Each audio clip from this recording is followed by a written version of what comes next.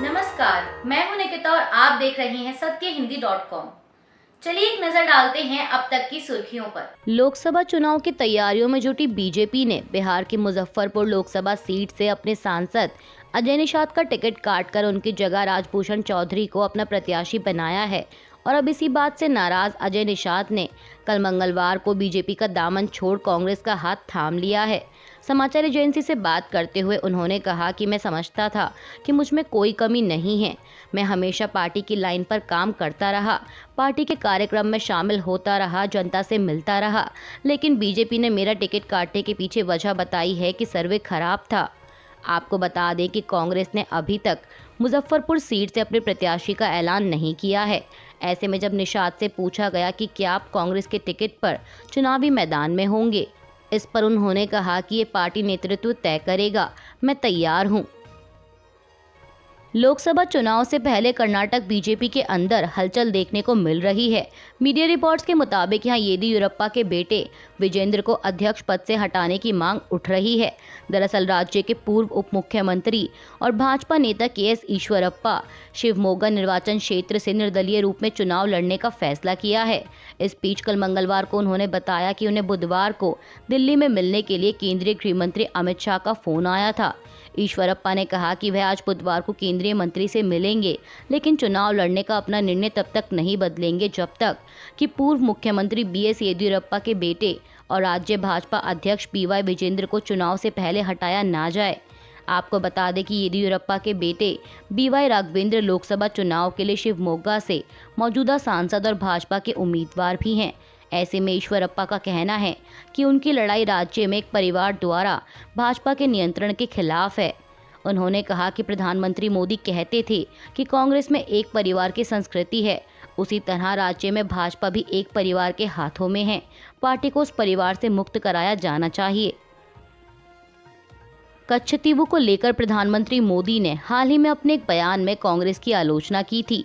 उन्होंने कहा था कि कांग्रेस ने मां भारती का एक अंग काटकर श्रीलंका को दे दिया। वहीं अब उनके इस बयान पर तमिलनाडु के मुख्यमंत्री M.K. स्टालिन ने तीखी प्रतिक्रिया दी है। मुख्यमंत्री ने कहा कि कच्छतीवु पर बीजेपी कलाबाजी कर रही है क्योंकि लोकसभा चुनाव करीब हैं।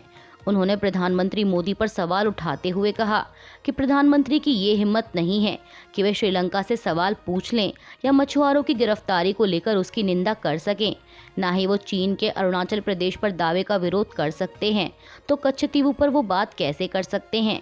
सीएम स्टालिन ने आगे कहा कि प्रधानमंत्री नरेंद्र मोदी कच्छतीवु विवाद पर नाटक कर रहे हैं और कहानियां पेश कर रहे हैं। रूस और यूक्रेन युद्ध में भारतीय नौजवानों को जबरन फौज में भर्ती कर जंग के मैदान में उतारने को लेकर पटियाला से सांसद परिणीत कौर ने विदेश मंत्री एस जयशंकर को एक चिट्ठी लिखी है। परिणीत कौर ने विदेश मंत्री को लिखे पत्र में कहा है कि उनके संसदीय क्षेत्र पटियाला में पड़ने वाले गांव डकाला के रहने वाले नायब सिंह का बेटा गुरप्रीत सिंह जनवरी में टूरिस्ट वीज़ा पर रूस गया था। वह उन 7 भारतीय नागरिकों में से एक है जिन्हें रूसियों ने पकड़ लिया और फौज में भर्ती कर जंग में उतार दिया। परिणीत कौर ने पत्र में आगे बताया कि गुरप्रीत का परिवार आर्थिक रूप से कमज़ोर है और वह रसोइया या ड्राइवर की नौकरी पाने की उम्मीद में रूस गया था। उसके परिवार ने आकर मुझसे मुलाकात की और अपने बेटे को सुरक्षित वापस लाने के लिए मदद मांगी है। कांग्रेस सांसद ने ये भी बताया कि हाल ही में इन 7 लड़कों का एक वीडियो भी वायरल हो रहा है जिसमें वो बचाने की मांग कर रहे हैं। परिणीत ने विदेश मंत्री से आग्रह करते हुए कहा कि वे तुरंत मामले में हस्तक्षेप करें और सभी की सुरक्षित घर वापसी सुनिश्चित करें। दिल्ली के कथित शराब घोटाले के मामले में 6 महीने से जेल में बंद आम आदमी पार्टी सांसद संजय सिंह को कल मंगलवार को सुप्रीम कोर्ट से जमानत मिल गई है। उनकी जमानत पर मीडिया से बात करते हुए समाजवादी पार्टी प्रमुख अखिलेश यादव ने कहा कि हमें उम्मीद है कि जैसे सुप्रीम कोर्ट से संजय सिंह को राहत मिली है, वैसे ही अरविंद केजरीवाल और हेमंत सोरेन जी को भी न्याय मिलेगा। अखिलेश ने कहा कि बीजेपी जो कदम उठा रही है कि चुने हुए मुख्यमंत्रियों को जेल भेजना, इससे बीजेपी की पूरी दुनिया में थू थू हो रही है और अब उन्हें ही समझ में नहीं आ रहा कि जेल में रखें या बाहर लाएं। अगर संस्थाएं बीजेपी चलाएंगी तो लोकतंत्र कैसे मजबूत होगा। सपा प्रमुख ने आगे कहा कि बीजेपी घबराई हुई है क्योंकि वो हारने जा रही है। लोकसभा चुनाव से पहले राजनीतिक दलों का अपनी पार्टी के लिए प्रचार जारी है। इसी कड़ी में भाजपा का एक विज्ञापन जिसमें दिखाया गया है कि बीजेपी ने वॉर रुकवा दिया। इसे लेकर कांग्रेस नेता राहुल गांधी ने मोदी सरकार पर निशाना साधा है। राहुल गांधी ने इस विज्ञापन को लेकर पीएम मोदी पर तंज कसते हुए दावा किया कि इस बार के इलेक्शन में प्रोपेगेंडा के पापा की दाल नहीं गलने वाली है। उन्होंने एक्स पर एक पोस्ट में कहा कि आज एक युवा ने मुझे यह वीडियो भेजा। अब भ्रम और भय का जाल तोड़कर सच्चाई सामने आ रही है। अब की बार प्रोपेगेंडा के पापा की दाल नहीं गलने वाली। जनता खुद उन्हें आईना दिखाने को तैयार बैठी है।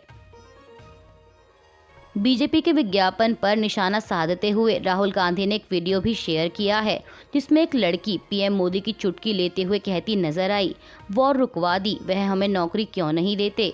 आगे इस युवती से पूछा गया कि लेकिन इमेज तो ऐसी ही बन रही है कि पीएम मोदी ने जंग रुकवा दी थी।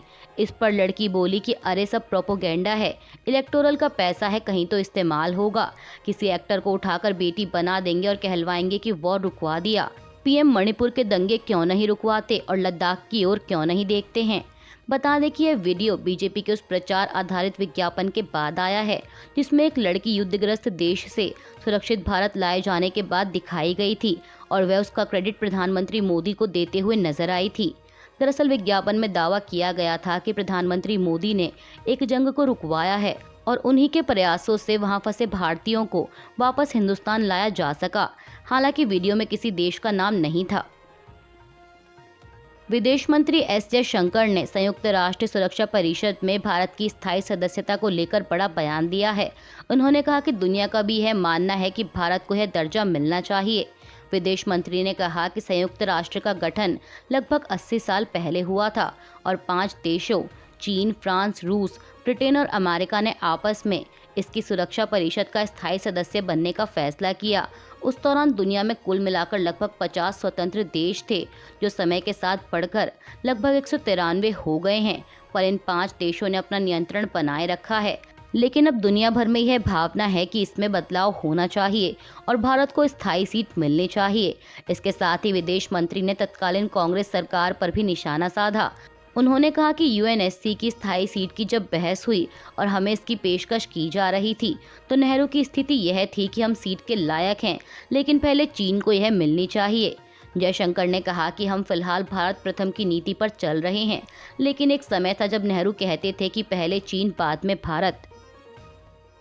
भारतीय राज्य अरुणाचल प्रदेश पर चीन के नए दावे को लेकर असम के मुख्यमंत्री हिमंता बिस्वा शर्मा ने कहा है कि भारत को जवाब में चीन के तिब्बती क्षेत्रों के 60 अपने नाम जारी करने चाहिए। उन्होंने संवाददाताओं से कहा कि मेरा भारत सरकार से अनुरोध है कि हमें चीन के तिब्बती क्षेत्रों को 60 भौगोलिक नाम देने चाहिए।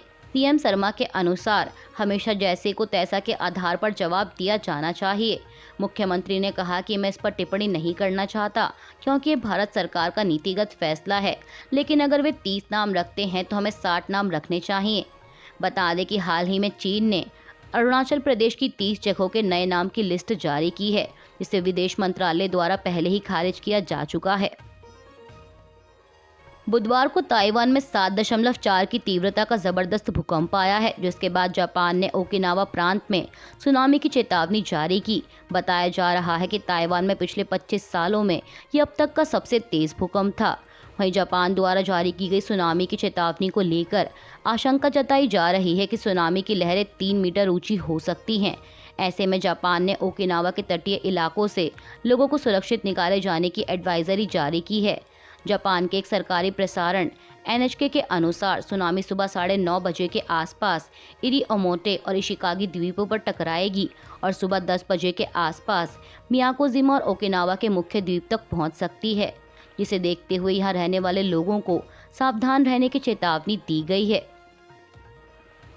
जापान के बाद अब फिलीपींस ने भी अपने यहाँ सुनामी की चेतावनी जारी कर दी है। समाचार एजेंसी AFP के अनुसार प्रशासन ने ताइवान में भूकंप के बाद तटीय इलाकों को खाली करने के आदेश जारी किए हैं।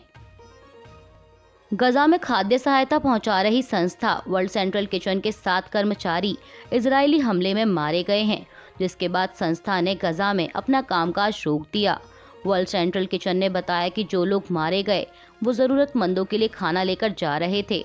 वहीं घटना पर प्रतिक्रिया देते हुए इजरायली प्रधानमंत्री बेंजामिन नेतन्याहू ने कहा है कि इजरायली सेना के गैर इरादतन हमले में गजा में मासूम लोग मारे गए हैं। ऐसा युद्ध के दौरान होता है। हम सरकारों के संपर्क में हैं और ऐसा दोबारा ना हो ये सुनिश्चित करने के लिए हम हर संभव कदम उठाएंगे। इसके अलावा इजरायली डिफेंस फोर्सेस के प्रवक्ता डैनियल हगारी ने वादा किया है कि हम इस मामले की तह तक जाएंगे और पारदर्शी तरीके से अपनी जांच के नतीजों को साझा करेंगे।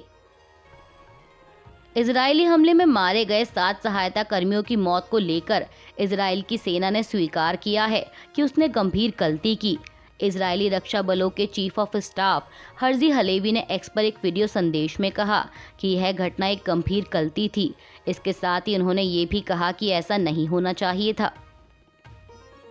अमेरिका में होने वाले राष्ट्रपति चुनाव की रेस में शामिल डोनाल्ड ट्रंप ने एक बार फिर अपने खून खराबे वाले बयान को दोहराया है। दरअसल उन्होंने बीते दिनों ही कहा था कि अगर वह आगामी राष्ट्रपति चुनाव में नहीं जीते तो अमेरिका में खून खराबा होगा, और अब एक बार फिर ट्रंप ने अपने इस बयान को दोहराया है। उन्होंने कल मंगलवार को अपने समर्थकों के सामने अमेरिकी समुदायों को अवैध प्रवासियों द्वारा लूट, रेप और नरसंहार का सामना किए जाने का जिक्र किया। ट्रंप ने कहा कि बाइडेन राज में अमेरिका नशीली दवाओं से भरा हुआ है और विदेशी आपराधिक गिरोहों से घिरा हुआ है। उन्होंने कहा कि आज मैं आपके सामने यह ऐलान करने के लिए आया हूं कि बाइडेन सीमा नरसंहार यह खून खराबा है। इससे हमारा देश खत्म हो रहा है और यह बहुत ही गलत हो रहा है। ट्रंप ने यहां तक कह दिया कि जिस दिन वह अमेरिका की सत्ता संभालेंगे उस दिन ये सब खत्म हो जाएगा। स्टॉक मार्केट आज बुधवार 3 अप्रैल को नेगेटिव नोट पर खुली है, जहां निफ्टी 82 अंक फिसलकर 22,371 पर आ गया है, तो वहीं सेंसेक्स भी करीब 279 अंक नीचे 73,624 पर कारोबार कर रहा है। बता दें कि इससे पहले मंगलवार को सेंसेक्स 110 अंक नीचे 73,903 पर बंद हुआ था। बात करें बैंक निफ्टी की, तो बैंक निफ्टी भी 47,345 के लेवल पर ट्रेड कर रहा है। अभी के लिए बस इतना ही। बाकी की खबरों के लिए बने रहिए सत्यहिंदी.com के साथ।